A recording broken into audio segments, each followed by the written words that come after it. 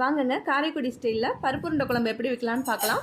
ஒரு கைப்பிடி அளவு கல்லுப்பும் ஒரு கைப்பிடி அளவு புளியும் எடுத்து நம்ம ஒன்றா ஊற வச்சிடலாங்க. இதை தனியாக வச்சிடலாம். நம்ம ஒரு பங்கு கடலைப்பருப்பு 2 பங்கு துவரம்பருப்பு இந்த ரேஷியோவில் எடுத்துக்கோங்க. அப்போ தான் பருப்பு உருண்டை நல்லா சாஃப்டாக வரும். வெறும் கடலைப்பருப்பில் பண்ணிங்கன்னா ரொம்ப ஹார்டாக இருக்கும். இதை நல்லா கழுவிட்டு ஒரு 1 hour ஊற வச்சுக்கலாங்க. பருப்பு நல்லா ஊறிடுச்சு. இப்போ வாங்க இதில் பாதி எடுத்துக்கலாம். ஃபஸ்ட்டு இதில் நான் ஒரு 5-6 வரமிளகாய் எடுத்துருக்கிறேன். ஒரு சின்ன துண்டு இஞ்சி, ஒரு 4 பூண்டு, ஒரு ஸ்பூன் அளவு சோம்பு, இது எல்லாத்தையும் சேர்த்து நைஸாக அரைச்சிட்டு வந்துடலாம்.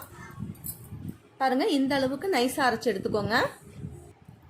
இன்னொரு பங்கு எடுத்து கொஞ்சம் கொரகொரப்பாக அரைச்சிக்கோங்க. பாருங்கள், இந்த மாதிரி இருக்கணும். அப்போ தான் நமக்கு உருண்டை பிடிக்கிறதுக்கு சரியாக இருக்கும். ஒரு ஸ்பூன் அளவு சோம்பு சேர்த்துக்கோங்க. இந்த உருண்டைக்கு தேவையான அளவு உப்பு சேர்த்துக்கோங்க. ரெண்டையும் கலந்து விட்டுருங்க. 2 பெரிய வெங்காயம் எடுத்து பொடியாக நறுக்கியிருக்கேன். கொஞ்சமாக கருவேப்பிலை எடுத்து பொடியாக நறுக்கியிருக்கேன். இதையும் அதில் சேர்த்து நல்லா கலந்து விட்டு சின்ன சின்ன உருண்டைகளாக உருட்டி வச்சுக்கலாம். அடுப்பில் ஒரு கடாய் வச்சு எண்ணெய் சேர்த்துக்கோங்க. ஒரு ஸ்பூன் அளவு சோம்பு சேர்த்துக்கோங்க. பட்டை வகை சேர்த்துக்கோங்க.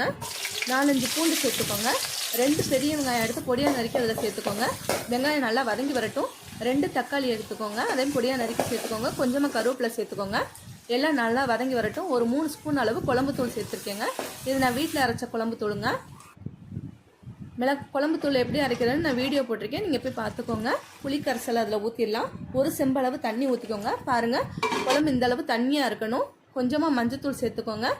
இந்த நுரையெல்லாம் அடங்கி எண்ணெய் பிரிஞ்சு வரட்டுங்க. அதுக்கப்புறமா தான் உருண்டையை சேர்க்கணும். பாருங்கள், நான் இந்த அளவில் உருண்டைகள் வச்சுருக்கேன். உருண்டையை ரொம்ப பக்கத்தில் கொண்டு போய் மெதுவாக போடுங்க, இல்லைன்னா உருண்டைகள் உடஞ்சிரும். பாருங்கள், உருண்டை குழம்பு ரெடி. ரொம்ப டேஸ்ட்டாக இருக்குங்க இந்த குழம்பு. நீங்கள் செஞ்சு பாருங்கள். இந்த வீடியோ உங்களுக்கு பிடிச்சிருந்துச்சுன்னா லைக் பண்ணுங்கள், ஷேர் பண்ணுங்கள், மறக்காமல் சப்ஸ்கிரைப் பண்ணுங்கள். தேங்க்யூ.